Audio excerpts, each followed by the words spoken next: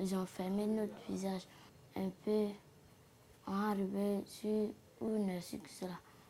C'est ça. On dit, on peut nous a attrapé. On m'a attrapé sur mes pieds et puis mes mains. On est parti. Et je me suis couché. On m'a accusé. C'est ça, sans sortir.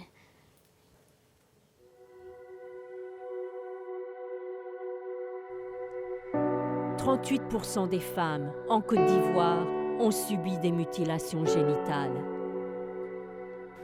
On commence 3 mois, elles sont petites, on fait. Mais des fois, elles ont 18 ans, on les fait. Des fois, des mamans même. Souvent, elles vont saigner, ils vont tout faire, la personne décède. Elle meurt dedans. Même l'année passée, vous avez vu, il y en a, on a envoyé à l'hôpital ici.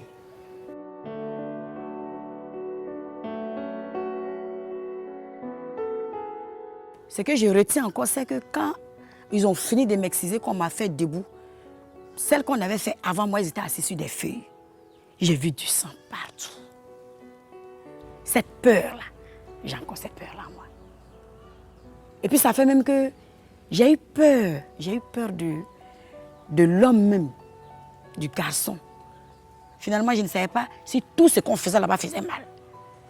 Donc vraiment, jusqu'à aujourd'hui, je garde encore dans la tête. Les cicatrices laissées par les mutilations génitales sont à la fois physiques et psychologiques et souvent permanentes. Les conséquences sont immédiates. Il y a l'hémorragie, le traumatisme. Et l'hémorragie même peut entraîner la mort subite. Il y a les kéroïdes, l'accouchement difficile, les fistules. Donc l'excision n'est pas une bonne pratique.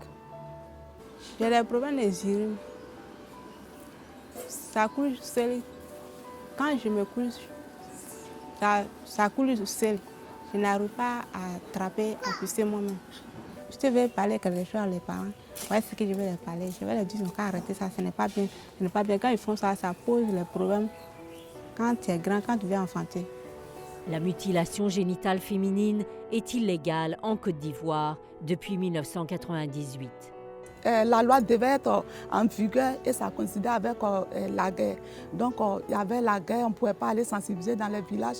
Et quand tout est rentré en ordre, on a commencé à faire lutte contre les violences basées sur les gens, les MGF surtout. Mais aujourd'hui, beaucoup de filles vont à l'école. Beaucoup de filles savent que l'excision, ce n'est pas une bonne chose. Les mentalités ont changé. Surtout que maintenant, quand on prend une exciseuse, on la met en prison. De bouche à oreille, ça s'en va. En 2012, la Côte d'Ivoire a mis fin à l'impunité en condamnant 9 exciseuses. Et quand tu vas vers une exciseuse, elle ne va pas t'accepter puisque elle, c'est son gagne-pain. Mais nous insistons, on insiste.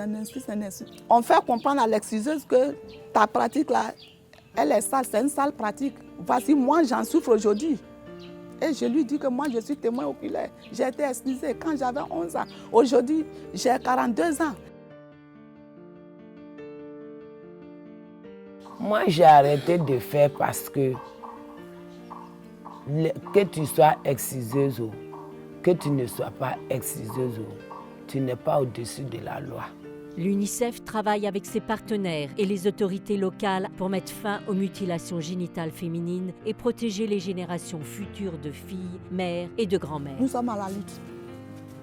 Et les femmes qui vivent ce cas-là, il faut qu'elles viennent, qu'elles mènent les mêmes luttes comme nous, à l'ouest, au nord. Nous sommes au nord, aussi, au nord, à l'ouest, à l'est, partout dans le monde entier. Qu'elles mènent la lutte comme nous.